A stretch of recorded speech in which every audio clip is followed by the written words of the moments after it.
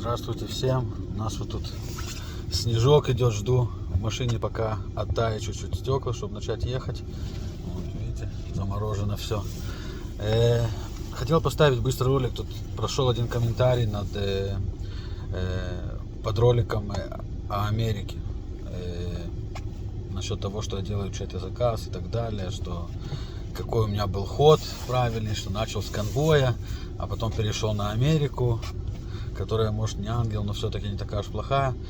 Слушайте, поэтому хотелось вот поставить ролик и объяснить связь между всеми роликами, почему это началось с конвоя свободы, о чем я говорю сейчас и к чему я веду, в принципе, как бы, и для чего вообще я это все делаю. Я как-то говорил уже, я не делаю ничей заказ, честно, ну как бы, можете верить, можете не верить, но честно, я не делаю ничей заказ. И все, да, началось с конвоя свободы, и да, поднял эту тему, потому что, как я уже даже говорил об этом, конвой свободы показал мне, что люди, и немало людей, начали понимать, что у них как таковой свободы как-то нету, когда у них есть та свобода, которая правительство хочет, чтобы у них была. Но как только заходит речь о какой-то более базовой свободе, как свободе слова, свободе передвижения и так далее, тут как-то получается, что вроде и конституция есть, но ее как бы и нету, и правительство делает в принципе что хочет и так далее. В любой стране, особенно в демократических странах, как бы я понимаю, что есть страны, поэтому я и поставил ролики про обе стороны монеты, как бы, и про страны, которые в принципе все понимают, что там полная диктатура, но также про те страны, которые люди думают и надеются, что там все-таки демократия, как бы, да, что они живут в демократической свободной стране, но не все так просто, как бы, и демократии как таковой там нету. Вот. В этом и заключается связь, в принципе, между конвоем свободы и теми роликами, которые я поставил сейчас про мировую борьбу. И теперь к чему я веду? Мое личное мнение, опять же, никто не заказывал, ничего, я это делаю любительски, так сказать, вы можете заметить, с машины, с дома, там закрываюсь в комнате, когда как, записываю на телефон, никакой системы, компьютеров и так далее, обработки у меня нету. Ютубом вот научился больше пользоваться только после того, как начал ставить ролики, вот, как титры делать и так далее. Вот. Веду я к тому, что, во-первых, ощутил и понял, что вот это вот, что нету настоящей свободы. И дети у меня есть 3. И хочется, чтобы они жили в лучшем мире. Чтобы у них, да, была та свобода, которую мы думали, что у нас есть. И поэтому я хочу поставить этот ролик, высказать мое личное мнение, но, может быть, найти людей, которые думают так же, как я, и которым, да, тоже важна свобода, неважно, в какой стране мира они живут, и которые согласятся со мной, или даже те люди, которые случайно зайдут и посмотрят, и, может быть, им это как-то откроет глаза, или просто даже заставит задуматься о том, что происходит. Потому что происходит что-то очень страшное. Мир идет куда-то, куда, ну, я даже не знаю, чем это может закончиться, но чем-то очень плохим. Вот. И да, это очень связано все с конвоем свободы. Потому что, опять же, конвой свободы показал, что мы можем подняться, что мы можем что-то сделать. И, как я говорил в ролике «Победа», да, конвой замяли, замочили и посадили людей, и мы за них будем бороться еще. Как только закончится вот война на Украине, что все сейчас все внимание уделяют войне на Украине, как только закончится война на Украине, мы вернемся к защите нашей свободы и к борьбе за полную свободу. Вот. Но хочется, вот, чтобы люди открыли глаза и поняли, что происходит в мире. Опять же, это мое мнение, может быть, многие не согласятся со мной. Есть люди, которые да, не соглашаются, есть люди, которые да, соглашаются. У каждого свое личное мнение, и каждый хочет жить так, как он хочет жить. Вот. Но я все-таки надеюсь на то, что мой небольшой вклад, так сказать, в попытку открыть глаза людей и показать им, что происходит, иногда даже элементарные вещи, которые они не замечают, могут оказаться не настолько элементарными, как казалось бы. Вот. Недавно мне сказали насчет, теперь поговорим, куда я дальше пойду в своих роликах. Значит, далеко не загадываю, потому что все меняется, и я стараюсь адаптироваться к тому, что происходит в мире. Но мне вот недавно друг сказал насчет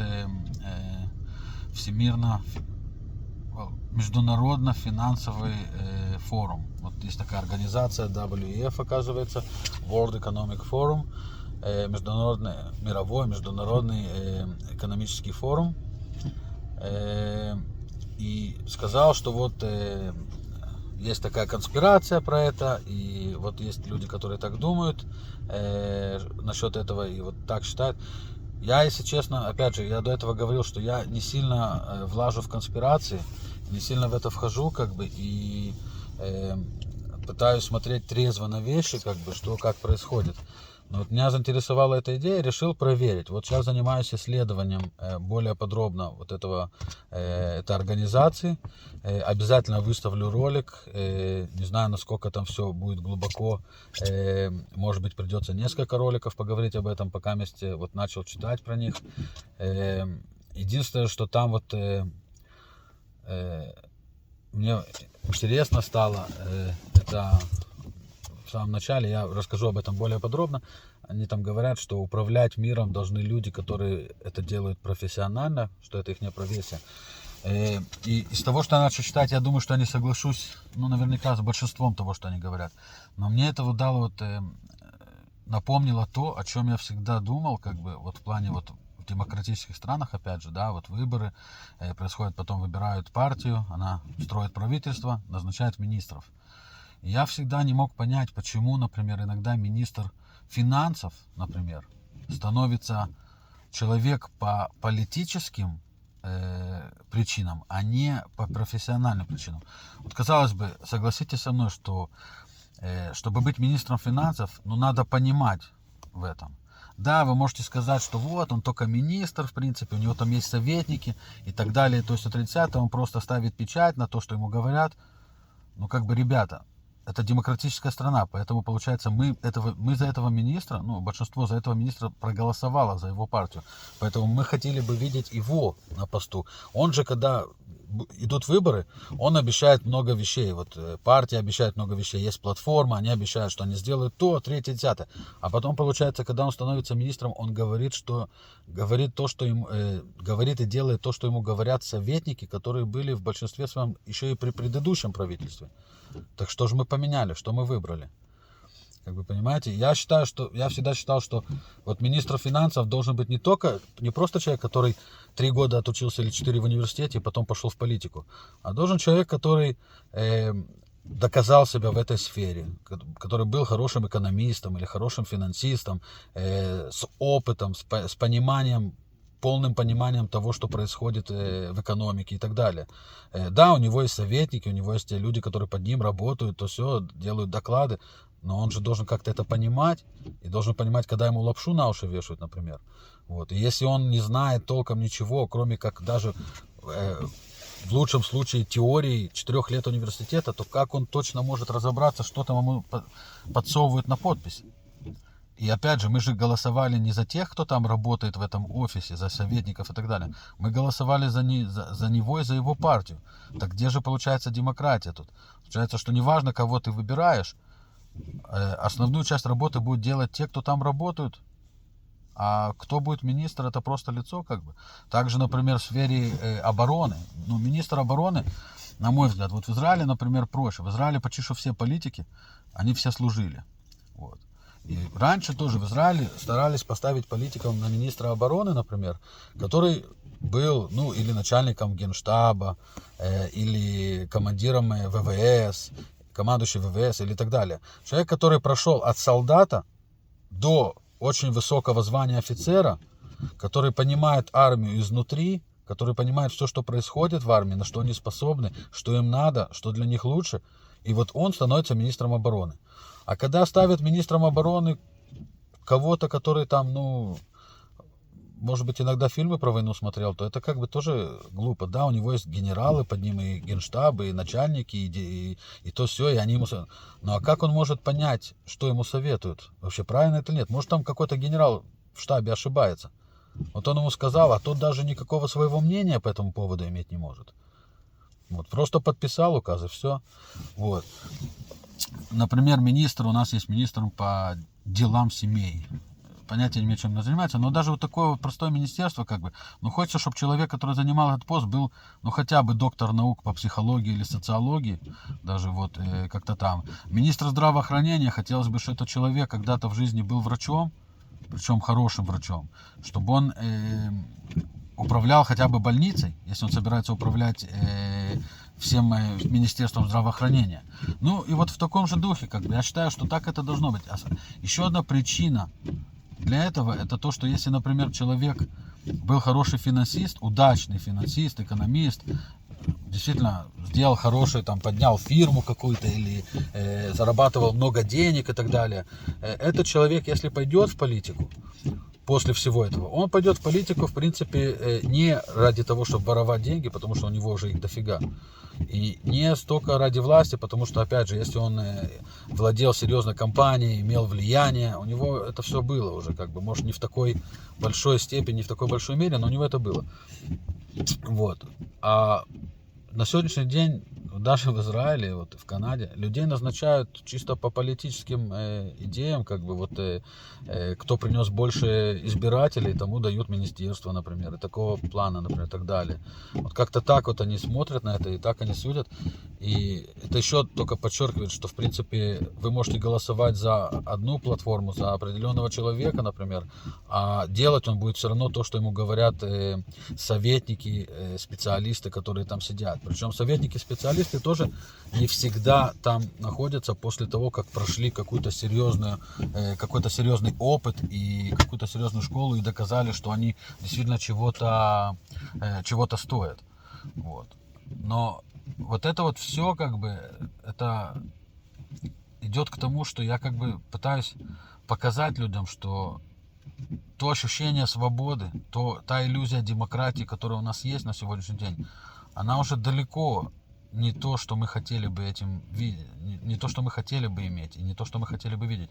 Если мы, свободно мыслящие люди, не начнем открывать на все это глаза, не начнем понимать, что происходит в мире, и что происходит у каждого в своей стране, и что-то с этим делать, так же, как, например, сделал конвой свободы, который, да, он начался из-за ограничений, из-за вакцинации и так далее, но он как-то уже перешел в какое-то намного серьезное, чем просто ограничение движения. Он уже перешел в движение именно свободы и символизируется именно со свободой. Вот так вот связаны мои ролики с конвоем свободы, с тем, на что он меня подтолкнул, как бы, и дал мне смелость и что-то типа такого, и хотение вот так вот высказываться публично о том, что я думаю, свое мнение, вот так вот, пользоваться свободой слова, как говорится, и так далее. Вот. А никаких заказов тут, опять же, если кто-то намекнет, что там заказ со стороны России против Америки, ребята, я о всех все говорил, то, что думаю о внутренней политике России тоже, как бы, ну там диктатура, ну, да, под зонтиком демократии, но там диктатура фактически, конечно, больше диктатура, чем в Америке или в Канаде, но что там, в принципе, существует диктатура со стороны политических элит. Вот. Так что никаких заказов не поступало, верьте, не верьте, это ваше личное дело, ваше личное мнение, как бы. Ну вот будем двигаться дальше, и выпущу скоро ролик, осветить вот этот вот Международный экономический форум. Очень интересная штука. Кстати, наша Христия Фриланд, она сидит там, кстати, в совете директоров. Не просто член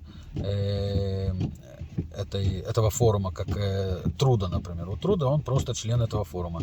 А вот Христия наша, золотая, внучка нациста, она как раз сидит в совете директоров этого форума.